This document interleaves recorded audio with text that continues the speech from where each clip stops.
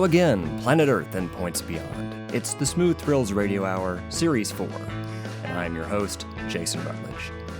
It's episode 3 of this series, and in this installment, we're talking about family. Bonding as a family unit, accepting your kids for who they are, even if that kid refuses to wear pants and occasionally tries to claw your face off. Yes, we're talking about the Larry Cohen classic of cinema, It's Alive. Nathan, Katie, and Joe are here to discuss this. Plus, I have an announcement. We have a special guest in the house. It's one of the It's Alive babies, right here in the studio right now. It's under a couch, but I think I can lure it out with one of these bags of turkey bites Nathan keeps leaving in the commissary. Oh, that's nice. No, whoa, don't be scared. It's okay. I'll close the bag. Wait, stop!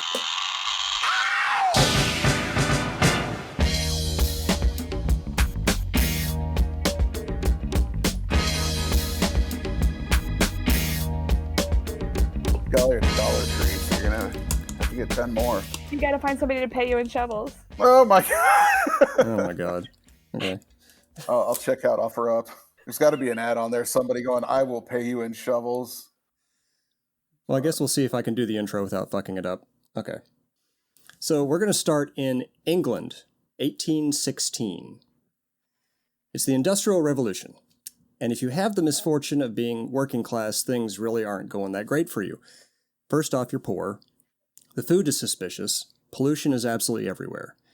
And if you're a woman, things are even worse. Not only are you not eating well and breathing in who knows what, but you're under a lot of pressure to start a family and have children, even though by now, the possibility of an English woman dying in childbirth was 1 out of 5. It's an alarming fact, and one that was probably very much on the mind of Mary Wollstonecraft Shelley.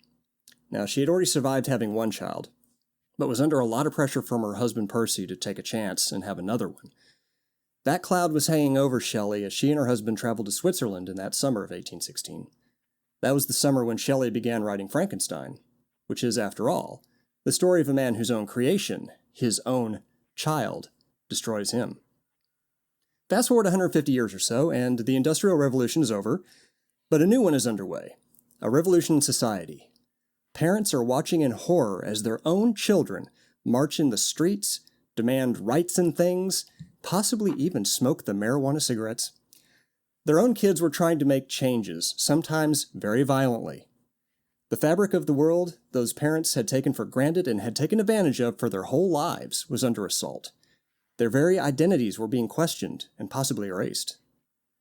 With all that going on, you might understand if on some dark night a man would look down on his newborn baby's crib with some apprehension, then lift his head to the sky and cry out, like Victor Frankenstein did all those years ago, "It's alive."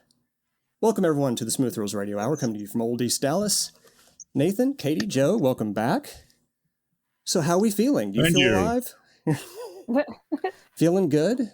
I know for some of you this is the first time you've seen it, Katie. I think this was your first introduction to this movie. Yeah, let's hear from the newbies first here. So, Katie, was this the first time you'd seen It's Alive? Yes. And it's definitely one of those, like, if you ever... Katie, how many internal voices are speaking out for you at this moment? That's not on my end. Well, I should hope not, but we were talking about chili earlier. Different kind. Chili Palmer. No, chili cone cookie. Having grown up going to like video rental shops and everything, it was definitely a cover that I've always been familiar with, but this was my first time watching it. And I have to be honest, it's not at all what I thought it was going to be. I wasn't expecting like mutant baby. I don't know what I was expecting out of it, but definitely not what it ended up being. Were you expecting to see milkmen delivering milk? I was very happy with the milkmen. The dead milkman. Actually, my thought process was, good. I love the dead milkmen. Because it was set in the 70s, right? Right. Yes. 74. So for a while, I just sat there and was like, were there even milkmen in the 70s? But I also didn't realize it was set in England until your intro. So it was not. No, it wasn't. Okay, That's then it just where the wasn't. story started. Okay. He was just setting the tone for the Mary Shelley yeah. comparison. Yeah. There's no milk in okay. England. There's England's no been milk out in of milk. England? No, they've been out of milk since World War II. It's a shame. Yeah. I just didn't know there They were sent the milkmen in cows the to fight. 70s. That was my one takeaway from the film. Well, one thing Nathan and I talked about, I think last week, was this was the first time I'd seen this movie in a long time, and I'd forgotten what a slow burn this thing is. It really, extremely.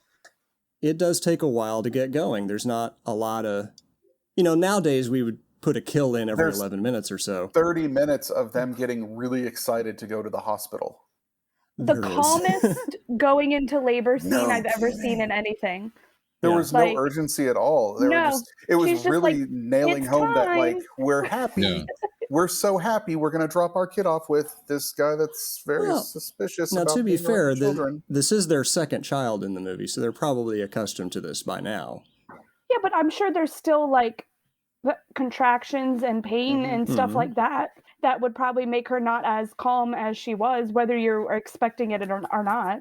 As I think the only one in this group that has gone through 2 with their significant other, it doesn't get any easier. I mean, for her, it got a little bit easier, but it was still very urgent. Well, I think this was like a calm before the storm situation. Do you still have to pay your hospital bill if all the doctors get killed? Once the baby came out, we just fucking noped out. So how are we feeling about, there's a bit of ambiguity in this movie in that they never really present you with what caused the situation. They hint at there's environmental causes. They talk about maybe it was the government for a second, but it's never really made clear. Even in the sequels, I don't think they really ever said for sure what the hell was going on.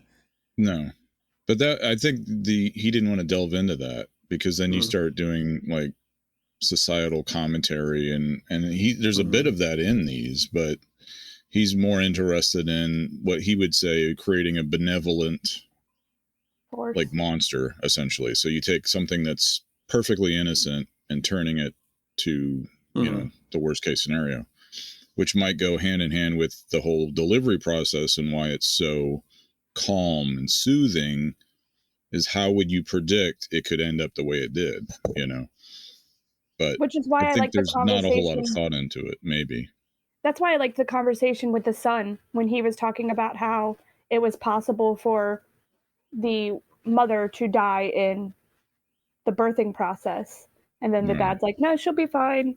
And I thought that was a nice foreshadowing of what was to come. Oh, I love that whole conversation. And John P. Ryan, so underrated. He's a great actor, and he has so many great moments in this. But sadly, this is pretty much his only lead role. Yeah. Unless you're counting the sequel, but. No, he was in It Lives Again for the first, 10, 15 minutes or so, and then they handed off to Chef. No, he's in it for well over an hour into it. Is the sequel worth a watch? In fact, I prefer the sequel, actually. Okay. It's a bit different. It's got more it takes a different tack. It's still mostly shot at Larry Cohen's house, so you recognize it from the first Very much so, with the pool, yeah. Yeah. But it's a very different movie, and the third one is completely different. When they banish all the mutant kids to Isla Sorna or wherever the hell it is, and that whole thing. But no, John P. Ryan was in 5 Easy Pieces. He was in Future World, 3 O'Clock High. One of your favorites, Nathan, Delta Force 2, The Colombian Connection. But yeah, I think this was his only leading role. I was trying to place him the entire movie. I couldn't figure out he's in Bound. He's in... He's the villain in Avenging Force, another canon classic. And the interesting thing about him being in Delta Force 2 is that he had to change his name. If you notice in It's Alive, he's billed as John Ryan. By the time they did It's Alive again, he's billed as John P. Ryan. He could afford some type of... Yeah, maybe. But there was some kind of conflict to where there was another actor. I'm not sure who it was at that time. But when he did years later, in 1990, he does Delta Force 2. And by that point, there was another John Ryan actor out there who's in Delta Force 3. Oh, very confusing. He was always the original John Ryan. I wish he just stuck with that. But and then you have Jack Ryan into the mix, and it's even weirder. Joe, Katie, is this your first Larry Cohen experience or no? No. I don't think so. but I'm honestly not sure. I will check. Well, surely you've seen God Told Me To or Cue the Winged Serpent. No. Black Caesar? No? No. I'm pretty sure Maniac I've seen Cop? something of his, though. No, but I really want to. When I was a kid, I saw The Stuff, and that was one of those, like that and Dead Heat are the two movies that kind of stuck with me that I saw like on Channel 27 Sunday matinee type of thing. Same studio. So, like, yeah, that was my first. Wow. The Stuff is a weird TV Sunday matinee pick. That's one you don't see many people reaching for off the shelf. That's where I saw I think that's a good starter, though. If you've not seen any other Larry Cohen films, you can go into this, like The Stuff, and know what to expect if you watch some of those others. Like, a lot of it's tongue-in-cheek, and he doesn't take himself completely seriously. He's just having fun. Wasn't It's Alive only his second directorial effort in movies? I think he'd done Fourth. No. Yeah. Because he did he the did Black Black Caesar movies. Caesar Black and Caesar. Hell Up in Harlem. Well, they were shooting Hell Up in Harlem simultaneously along with It's Alive. Like, they were shooting Hell Up in Harlem during the week, and then on weekends would shoot It's Alive, and the same editor was working on both at the same time. I was getting completely confused about what the hell he was supposed to be doing. And both Black Caesar movies released the same year. I mean, it's pretty insane if you think about that. I'm pretty sure I've seen his Master of Horror episode. Oh, but yeah, Michael Moriarty. Yeah, that was his return. Mm-hmm. Wait, he wrote Phone Booth? Yep. Yeah. I've seen that. He did. Well, speaking of Black Caesar and Hell Up in Harlem getting released on the same year, It's Alive had one of the most bonkers releases, I think, in movies, because it was released to dollar theaters first, and then got stuck on a shelf for, 2-3 years, while the top brass at the studio changed hands. I think it was Warner Brothers. Yeah. And then whoever the new guy was at Warner Brothers found it in their catalog and said, hey, let's put this one out. And then it got its actual release back into theaters. So it kind of did the whole thing backwards. Didn't It's Alive Again, or whatever it's called, the sequel, didn't that come out in 78? So that was only like 4 years later. Yeah. Right. But like, really, it was based off of the reissue in 76 of the original, because he knew some of the heads of the studio, the ones that had taken over in Warner Brothers, and he kind of persuaded them. He goes, look, they just dumped my movie into theaters, and if you look at it, it feels like it's an American international film anyway, but it feels as if it got that treatment, and why it came from a major studio is a little strange. But they didn't think anything of it, and they said, we like this, can you make a sequel for us? So yeah, so really it's almost like a 2-year gap, because the sensationalism of it was in 76. And it was at one point the number one movie in the country, I believe. I was going to say, for the fact that it got 2 sequels, it had to have done numbers somehow. Mm-hmm. Because back then they didn't typically give the green light on things that didn't do. Larry Cohen originally had a trilogy in mind with this.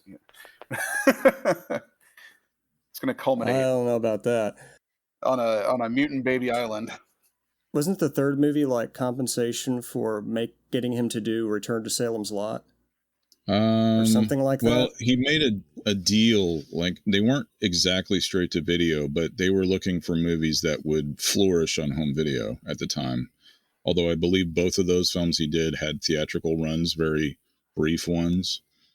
The deal was they wanted him to do a sequel to Salem's Lot. And then they said, you can make whatever other type of movie you want. In fact, you can make another It's Alive if you want to. They didn't like pressure him into it. And, all he has to do is call his buddies James Dixon and Michael Moriarty, and you get It's Alive 3, Island of the Alive. Yeah. And James Dixon's the only through line of all 3 films, by the way. He appears in all 3, yeah. And James Dixon was one of those guys. He was in everything. He did a bunch of Larry Cohen movies. Oh, most everything. Yeah, Cohen was one of those guys that worked with his people, and we've talked about this on other episodes, that some directors just have that stable of crew and actors that they work with all the time, and outsiders have a hard time getting into that mix. But yeah, and he did what he wanted. Nobody really fucked with him. I mean, if he was like, as long as you knew how to get to his house, you could be in the movie. I tried that. That's probably why he worked with the same group of people. I mean, He they didn't all have to knew how give to eat. directions. Yeah. Didn't have to give him directions. Yeah, absolutely. It's Alive is also remarkable for being one of the first movies that Rick Baker worked on when he was still working out of his garage. I was going to ask who did the effects for it. Yeah, that was a name I noticed right there in the opening credits. Rick Baker, and partially Rick Baker's girlfriend, who was in the suit for some of the shots of the baby creeping around. The classroom scene how is that definitely. possible? Whenever the baby never changed sizes at all. There's some close-up shots that's actually a person in a suit. If you freeze frame in the just the right classroom spot, scene, you can see tell. someone's eyes peeking out from behind a mask. Was that Baker's girlfriend, or was that Larry Cohen's wife that did it too? I think. Oh, she might have also. I don't remember. I don't see why he wouldn't have gotten his wife involved too. Who knows? Yeah, there was a small version of the baby. There's the puppet version, is a little bit bigger.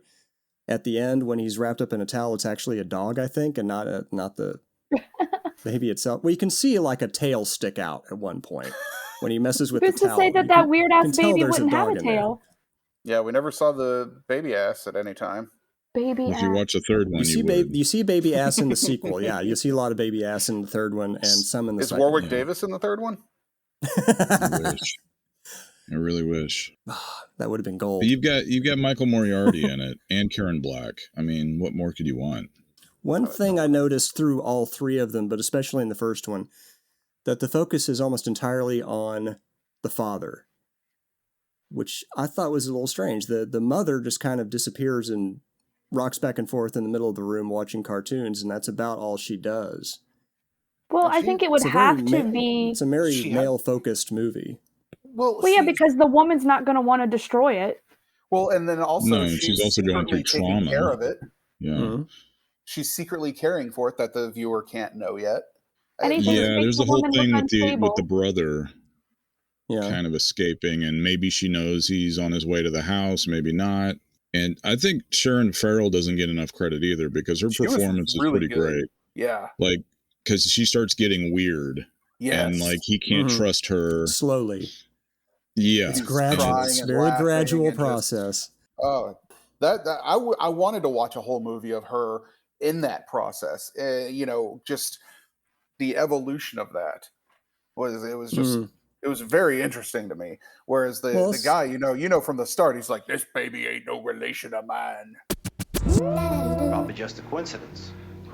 Look, Perkins, I want this thing destroyed as much as anybody else. You realize that? Yeah, you realize. But why is everybody looking at me? Yeah. Like it's my own flesh and blood or something. Well, it's not. Understand? It's no relation to me. Nobody's looking at you. That's what I found really interesting, is he keeps saying, it's not related to me, and he tells his first kid, it's not related to us. So is he implying that his wife did a switched at birth thing, or was fooling around with some other monster dude that he wasn't aware of or something? A monster dude? No, I think I don't know. Clayface from Batman, maybe? Maybe so. I don't know. She was fooling around with Clayface and had this other kid. He's very insistent. Nobody wants to be related to an abomination. Like, I don't think it necessarily goes that deep. I think one of the officers said that, or Lieutenant what's his nuts. Whenever he said no, that's smart. No, it was one of I think it was the professor from the university said, it's good that you say that because you're emotionally distancing yourself from it.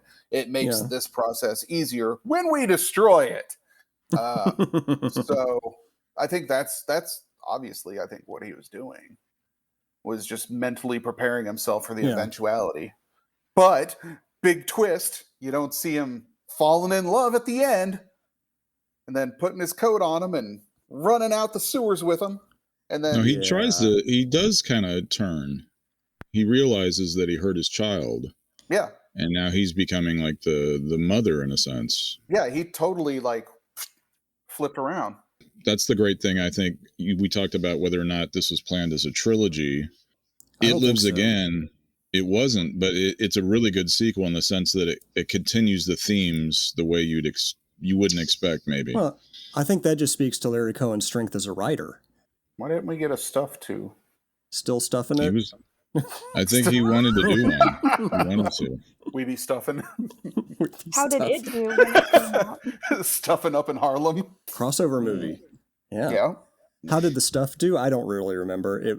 I think I remember the stuff being a big hit on the drive-in circuit and then on HBO after that, but I don't really remember much about it in theaters. I just loved it because it was like kind of the beginning of my fascination with films where it focused on a child that couldn't trust adults. And I found those movies the most horrific to me. Yeah, because you're meant to be able to trust adults. Yeah, So exactly. when that's put in question, especially when you're yourself a child, yeah. Well, it's a pretty common theme in all of Larry Cohen's work is taking this one thing that you were supposed to be able to take for granted and turning it on you. Whether it's your own kid in It's Alive or food in The Stuff. Or Aztec gods in Quetzalcoatl. I know. You'd think you could count on those guys, but here, Rooftops on buildings. What are you going to do? Yeah. Who would have thought the I'm winged glad I haven't serpent would seen turn... that because I'm still very trusting of Aztec gods. Who would have thought Isn't the that winged kind serpent of- would turn against us like this? You know? But isn't that kind of an overarching thing in horror in general? Maybe not like all of Thematically, them, but thematically that's a good typically starting point, really. The distrust of what you know. One thing There's this movie something like- reminded me of... Go ahead, Joe. Sorry. No, I was going to veer off and talk about other movies, so you're Well, I was keeping it on about to track also. with- In Oh, fact, okay, fuck it. what this movie kind of reminded me of in a weird way was Basket Case. Yeah. I think that's what it Yeah. reminds everybody of, just because of the similarities of the box art. I mean, No, that's, like could he's be. talking about That could be. the Basket Case 3 artwork. like it has the pram on the cover. I just Yeah. see like those were always confused. I've never seen that, or I had never seen this. So to me, A low-budget horror movie ripped off another low-budget horror movie? The hell do you say? Basket Case, maybe Sharon's Baby, otherwise known as The Devil Within Her, otherwise known as I Don't Want to Be Born, which we've briefly there's touched on in another episode. Joan Really? Joan Collins. Yeah. and this is I take it a Rosemary's Baby. No, Very Sharon's Baby? it kind of. It's such an odd movie. It involves a dwarf-based So curse. it has 4 titles. Rosemary's Baby dwarf was Satanist. Yeah, a dwarf gets mad at Joan Collins, who's a stripper, and he curses her, and she has a monster baby. Oh, I need to see this. Absolutely. It's like being But in the Joe, theater you're- again. You love Andy Kaufman, right? I do, but I haven't seen you- God Told Me To. Oh my God, you got to. I mean, I've seen his part on Yeah, YouTube, but I haven't seen Yeah, he's Hmm. not in it a lot. But the Nathan, you great were thing about right. Cohen That- was how. Sorry, what? No, I'm sorry, but you were right. That poster is amazing. Oh, I haven't Yes. seen. You got to look up the poster. I didn't get to look up the poster. That's it. I'm watching the movie now. Fuck you guys. But if you're at a loss if you're looking around the house for a pair of scissors, look no further than that movie poster. It might be on there. Oh shit, that is a cool poster. hmm Oh my god! No, that's George Burns. Wait, no, I'm sorry. That's just Oh God. Google "Devil Within Her" and then go to images, and the 1, 2, 3, 4, 5th picture Not Devil is and Miss amazing. Jones. Come on, I didn't say No. that. we're not talking Georgina Hey, Spelvin. quit it with your wisecracks for 2 seconds. All right, there, Lenny But Bruce. he wouldn't be My Nathan. wiseacres. Yeah, Weisenheimers. There's just What a is picture of happening? the dwarf really close to Joan Collins' face, and it's really funny. So, do you want to know what my favorite scene in this movie was?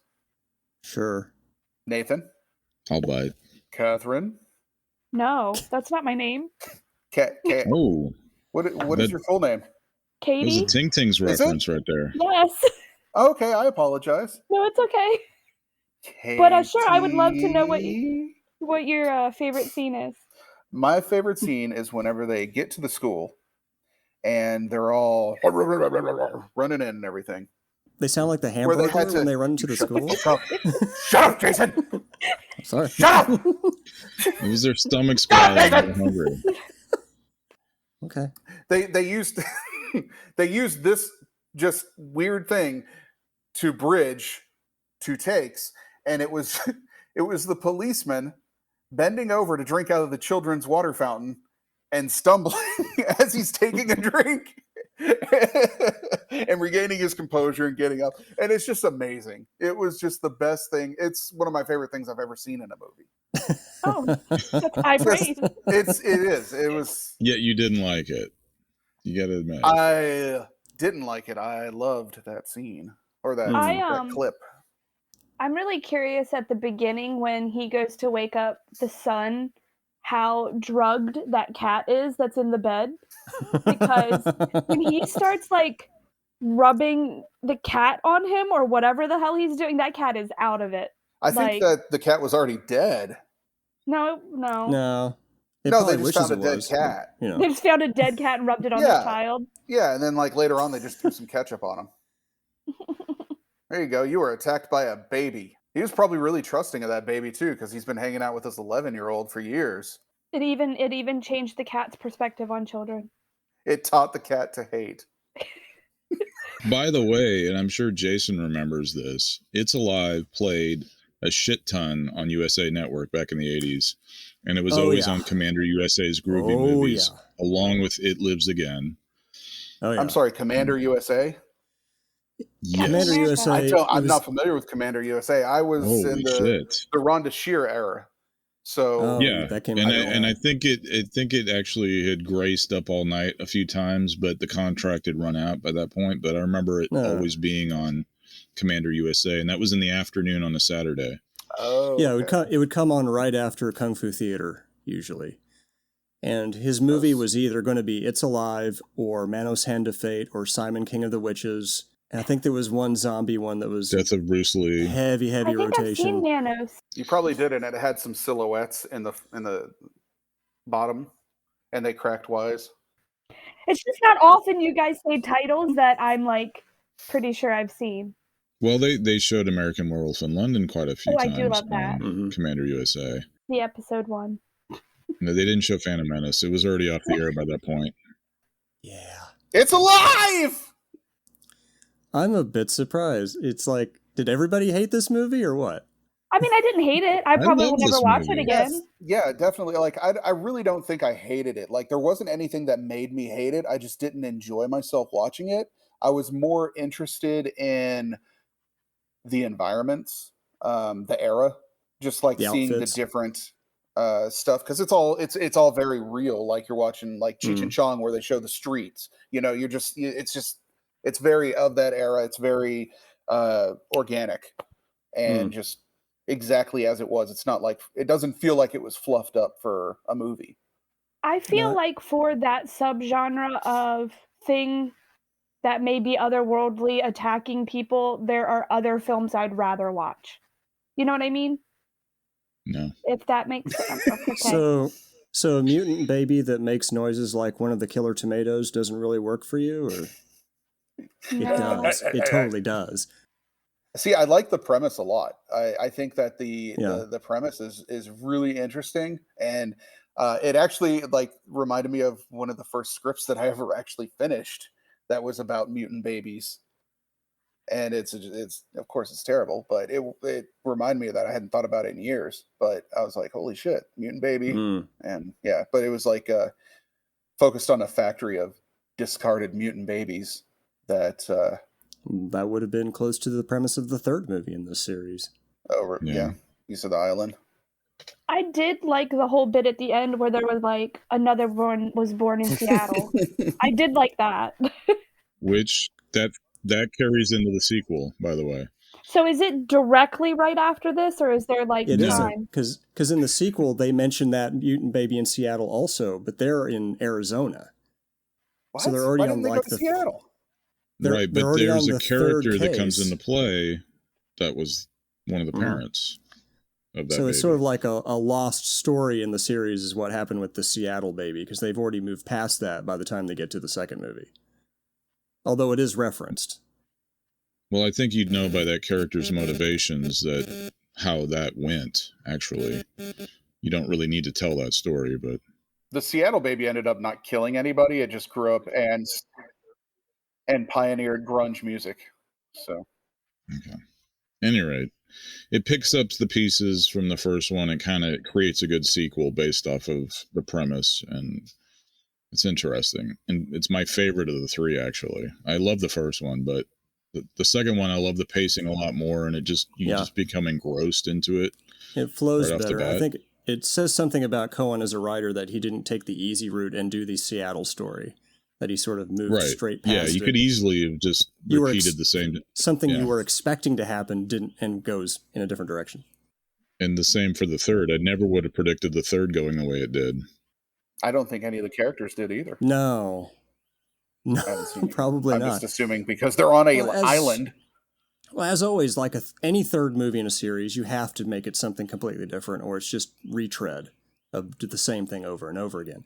And there was almost a 9-year gap between those movies too. So you kind of have to do something.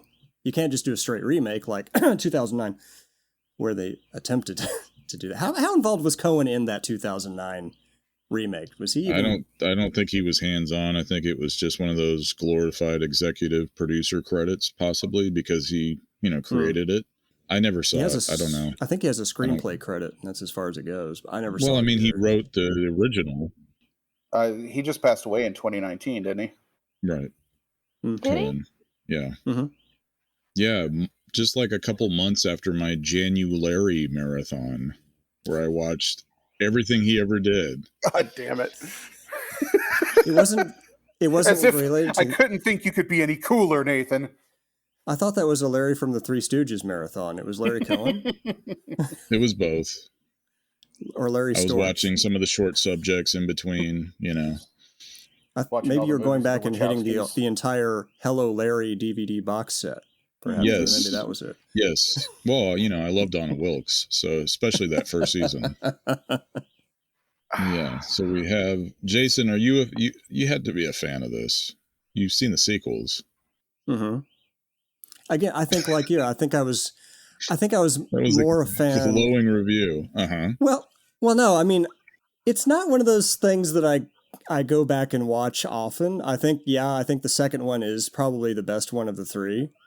It isn't one of those things that I would go back and revisit regularly. So, Jason, do you have a favorite Larry Cohen flick? One that you've seen more than anything? God Tell Me To is absolutely the most bonkers movie I think I've. It's in my top 10 easily, just because it is so bizarre. You try explaining that movie to anybody, and they're like, "Wait a minute, whoa, what? He does what? There's a what?" Yeah. I don't know how easy that one is to find these days. There's tons of shitty various DVDs of it. Like I've seen so many different kinds, like all, the all region, like. There's a weird copyright issue with that where people think it's public domain and then they put out the worst imaginable versions. How could that have happened? How could it have been mistaken for a public domain Did thing? the same thing with The Stuff. The Stuff is like that. I've seen multiples of Dead Heat. Oh, you're talking about the top 10 media releases? No, it's I don't even know what. I couldn't tell you who put them out. It was just ones that I would randomly find, and I'm talking 10, 12 years ago at pawn shops, and pop it in, and sometimes, for instance, The Stuff had the first 3 minutes cut out of the front. It was on a DVD. Very strange. Did Cohen just make some so it bad wasn't until rights I got the deals Blu-ray or something? No, I think what he's talking about, there are some questionable, because he mentioned Dead Heat, and that's New World Pictures, the same as The Stuff. Oh. There's some questionable releases out there of that, and they're imports. Yes. But, But the whole God Told Me To, I'm not certain what the situation is on it, but there is a really great Blu-ray from Blue Underground, if you want a superior copy. Who did the recent... I'm not sure if it's still in print or not, but... Was it Arrow or Severin, or somebody did their box set for It's Alive? The 3-movie set. That was It was Shout Factory, Scream Factory. Is it Shout Factory? Okay. Yeah. Those are great because they all have Cohen's commentary on it, where he goes through the history of all 3 movies. It's fantastic. Yeah. And particularly on the third one, where he talks about how they were just drunk on the boat. Like James Dixon, there's a scene where he's just fucking laughing hysterically at Michael Moriarty and while he's singing, and it's just in the movie. It's great. So you can tell they're just a bunch of friends having fun, Can we talk about Charlie and his intentions? Sure. Am I the only one that felt he was way too enthusiastic and eager to hang out with his friend's kid? I got the impression it was like a relative of sorts. Really?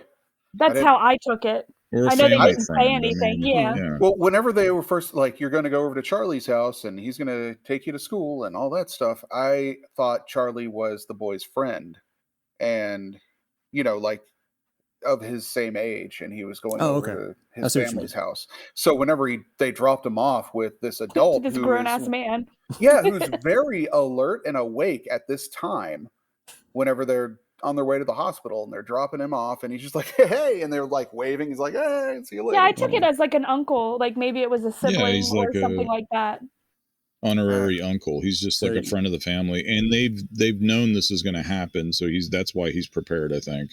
Okay. Yeah, and I'm sure they called ahead and said, hey, we're getting ready to head to the hospital, so he probably had time to fully wake up.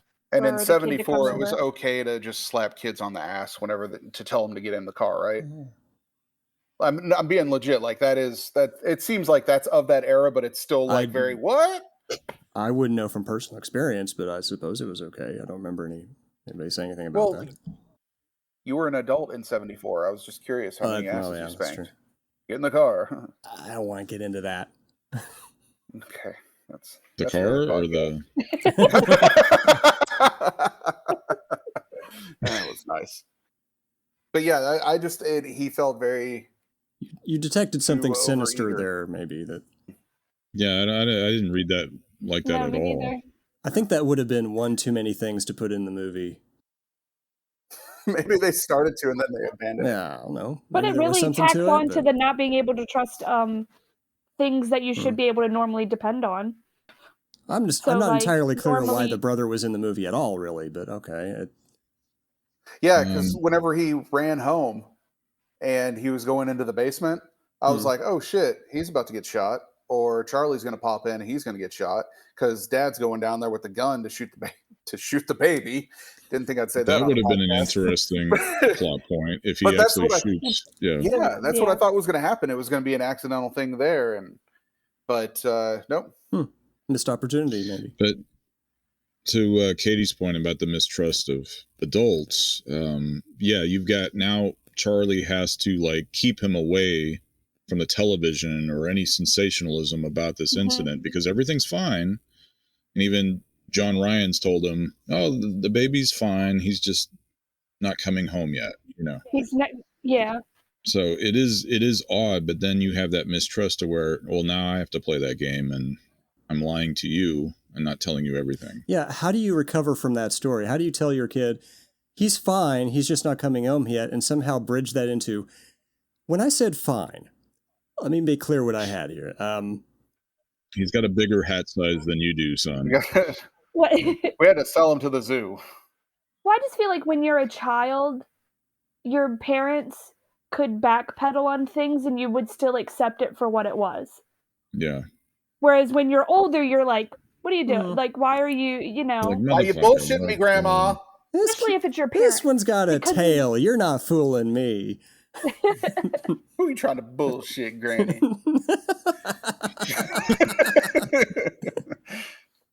So, Katie, you going to check out the sequels or no? I may this October. Tack on more horror movies I haven't seen. No, actually, I would be interested. I'm also going to watch the remake because I like to see how shitty remakes are. Well, you'll have to report back to us. I've not. Have you seen it, Jason? No, I have not. I'm going to be honest. I may not because it looks like the only way you can buy it is on DVD for $45. And I don't know if I want to do that. It's guaranteed not going to be worth that. The one that I found one at Game Exchange, and it was $5. So I'll go back and get outrageous. That. I'll still go get it. Watch it. Send it to Katie, and then she can send it back to me, and then I'll just flip it. It is not 5 times better than Star Odyssey. They got no business selling that thing for $5. But ironically, Star Odyssey, when you really think about it, it is both worthless and priceless at the same time, yeah. A Star Odyssey would be, yes. It's alive! Yes, let's wrap this thing up, mercifully.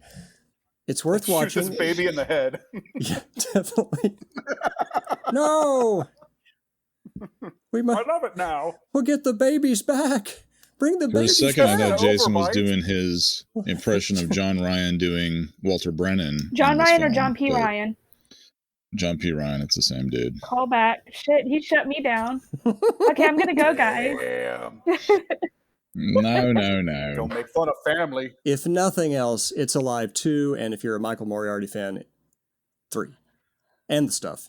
The stuff. You gotta Oh. be, you know what I mean? Come on. You get to hear him go, they're human beings! My child's a human being!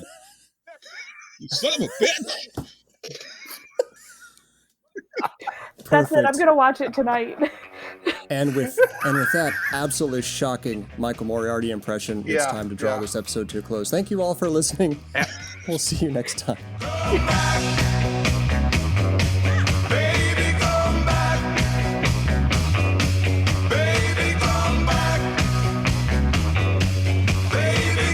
That's it. The show is over for now.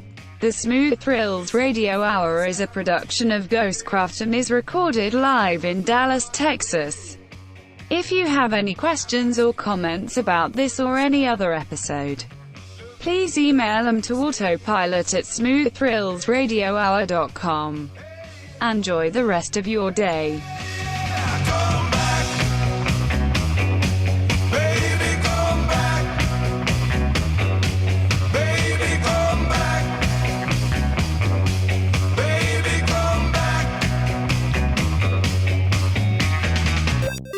This has been a Ghostcraft presentation.